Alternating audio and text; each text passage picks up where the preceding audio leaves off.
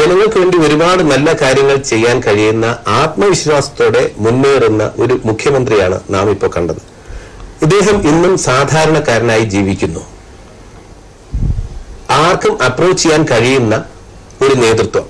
ഇപ്പോൾ ഏറ്റവും അടുത്ത കാലത്ത് ഇപ്പോൾ വെബ് ക്യാം, അതിലെ വെബ്സൈറ്റിലൂടെ 1,00,000 പേർ സന്ദർശിച്ചു എന്ന് പറയുന്നു. ലോക രാഷ്ട്രീയ ചരിത്രത്തിൽ ആദ്യമായിട്ടായിരിക്കും ഇങ്ങനെ ഒരു സംവിധാനം നടപ്പിലാകുന്നത്. അത് എനിക്ക് ജനങ്ങളുടെ മുന്നിൽ ഒന്നും ഒളിച്ചു വെക്കാനില്ല, എന്റെ ജീവിതം ഒരു തുറന്ന പുസ്തകമാണ് എന്ന പ്രഖ്യാപനമല്ലേ CM ഇതിലൂടെ നടത്തിയിരിക്കുന്നത്? പിന്നെ അത് ഒരു പരിധിവരെ ശരിയാണ്. ഇതിന് ഞാൻ കഴിഞ്ഞ പ്രാവശ്യം മുഖ്യമന്ത്രിയായിരുന്ന സമയത്തും ഈ വെബ് ക്യാമറ വെച്ചിരുന്നു. പക്ഷേ അന്ന് ഇത്രയും കൂടുതൽ ഒരു അക്സെപ്റ്റൻസ് കിട്ടിയിരുന്നില്ല.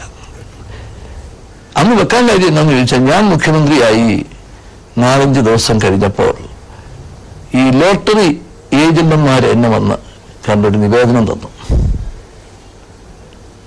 അതൊരു വിവാദമായി. പിന്നെ ലോട്ടറി ഏജന്റന്മാർ വന്ന് പിന്നെ മുഖ്യമന്ത്രിയെ കണ്ടു എന്നൊക്കെ പറഞ്ഞ് ചില പത്രങ്ങളിൽ ഒരു വിവാദമാക്കി. ചില പത്രങ്ങളല്ല, ദേശാഭിമാനിയിൽ വന്ന് ഇതാക്കി. അപ്പൊ ഞാൻ ആലോചിച്ചു, എന്നെ വന്ന് കാണുന്നതെല്ലാം ജനങ്ങൾ അറിയട്ടെ എന്ന് വെച്ചുകൊണ്ട് അന്ന് ഞാൻ വെബ് ക്യാമറ എൻ്റെ മുറിയിൽ വെച്ചിരുന്നു. ഇതാണ് വെക്കാനൊരു കാര്യം.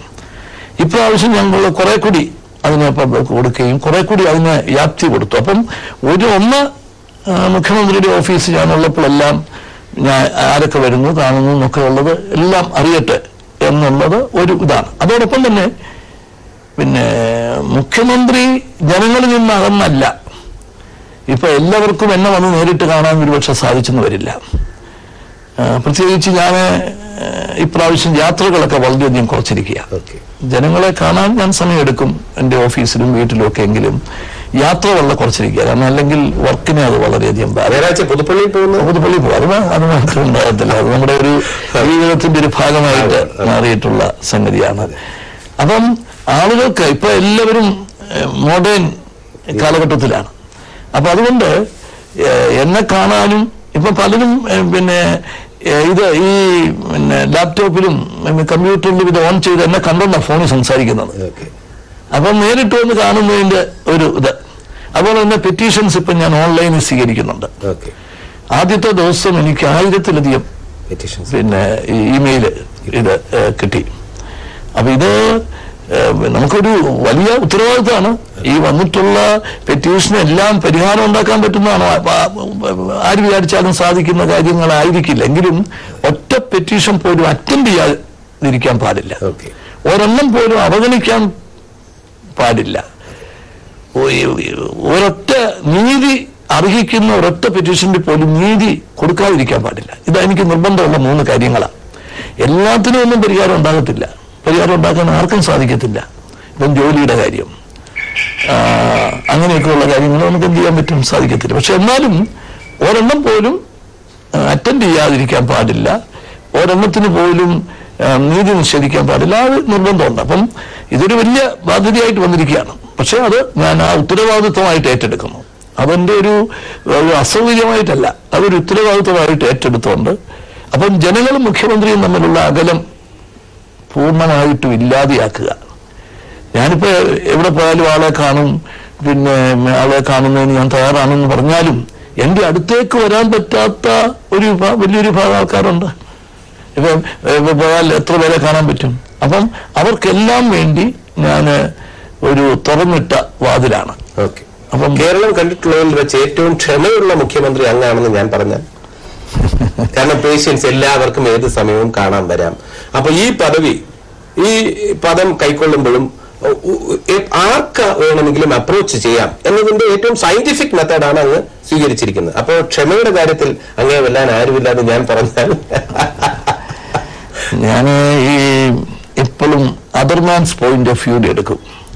അപ്പം വളരെ അൺറീസണബിൾ ആയിട്ടുള്ള കാര്യങ്ങൾ എന്നോടൊരാൾ പറയുമ്പോഴും ഞാനത് ക്ഷമയോടെ കേട്ടിരിക്കും. കാരണം അദ്ദേഹം അതിനകത്ത് എന്തുമാത്രം ഇൻവോൾവ് ആയിട്ടായി പറയുന്നത്.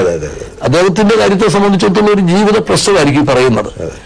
നടത്താനുള്ള ബുദ്ധിമുട്ട് എന്റേതാ, അതൊക്കെ ശരിയാണ്. പക്ഷെ എന്നാലും അദ്ദേഹം പറയുന്നത്, ആ വരുന്ന ആൾ പറയുന്നത് അദ്ദേഹത്തിന്റെ ഒരു ജീവിത പ്രശ്നമാണ്. അപ്പം ഞാൻ ആ പോയിന്റ് ഓഫ് വ്യൂ എടുക്കുന്നത് കൊണ്ട് ഞാനത് ക്ഷമയോടെ കേൾക്കാൻ ഞാൻ ബാധ്യസ്ഥനാണെന്ന് ഞാൻ വിശ്വസിക്കുന്നു. ജനങ്ങൾക്ക് ഏറ്റവും അധികം ഈസി ആയിട്ട് അപ്രോച്ച് ചെയ്യാൻ കഴിയുന്ന ഒരു മുഖ്യമന്ത്രി, അദ്ദേഹത്തിന്റെ ലേറ്റസ്റ്റ് ടെക്നോളജിക്കൽ ഡെവലപ്മെന്റ് എന്ന് പറയുന്നത് ഇപ്പൊ വെബ് ക്യാമിലൂടെ എന്താണ് നടന്നുകൊണ്ടിരിക്കുന്നത്, CM ഓഫീസിൽ നടന്നുകൊണ്ടിരിക്കുന്നതെന്ന് ആർക്ക് വേണമെങ്കിലും കാണാൻ കഴിയും. വീടിന്റെ അടുക്കളയിൽ വരെ ആർക്ക് വേണമെങ്കിലും ഏത് നിമിഷവും കടന്നു ചെല്ലാൻ കഴിയുക എന്ന് പറയുന്നത് അത്ര ഈസി ആയിട്ടുള്ള കാര്യമല്ല. എനിക്ക് ജനങ്ങളുടെ മുന്നിൽ ഒന്നും ഒളിച്ചു വെക്കാനില്ല. ഞാനൊരു തുറന്ന പുസ്തകമാണ്. രാഷ്ട്രീയത്തിന്റെ കാര്യത്തിലായിരുന്നാലും ജനങ്ങളുടെ വികസനത്തിന്റെ കാര്യത്തിലായിരുന്നാലും ഞാനൊരു തുറന്ന പുസ്തകമാണെന്ന രീതിയിൽ ജനങ്ങൾക്ക് വേണ്ടി 24 മണിക്കൂറും പ്രവർത്തിക്കുന്ന ഒരു മുഖ്യമന്ത്രി, ഇത് നാടിന്റെ സൗഭാഗ്യമാണ്. അദ്ദേഹത്തിന് നമുക്ക് ആശംസകൾ നേരാം. എന്നും ഈ ലളിത ജീവിതം നയിക്കാൻ കഴിയട്ടെ എന്ന് നമുക്ക് പ്രാർത്ഥിക്കാം. രാഷ്ട്രീയപരമായ അഭിപ്രായ വ്യത്യാസമുള്ളവർ പോലും തുറന്നു സമ്മതിക്കുന്ന ഒരു കാര്യമാണ് ശ്രീ ഉമ്മൻചാണ്ടി എന്ന് പറയുന്നത്. വളരെ ലളിത സുന്ദരമായ ജീവിതം നയിക്കുന്ന ഒരു രാഷ്ട്രീയ നേതാവാണ്. ഈ ലാളിത്യം ജീവിതത്തിൽ ഉടനീളം പുലർത്താൻ അദ്ദേഹത്തിന് കഴിയട്ടെ. കുടുംബത്തിന്റെ പിന്തുണ അദ്ദേഹത്തിന് എന്നും ഉണ്ടാകട്ടെ. നാടിന്റെ പിന്തുണയും അദ്ദേഹത്തിന് എന്നും ഉണ്ടാകും. എല്ലാ ആശംസകളും നേരുന്നു. Thank you.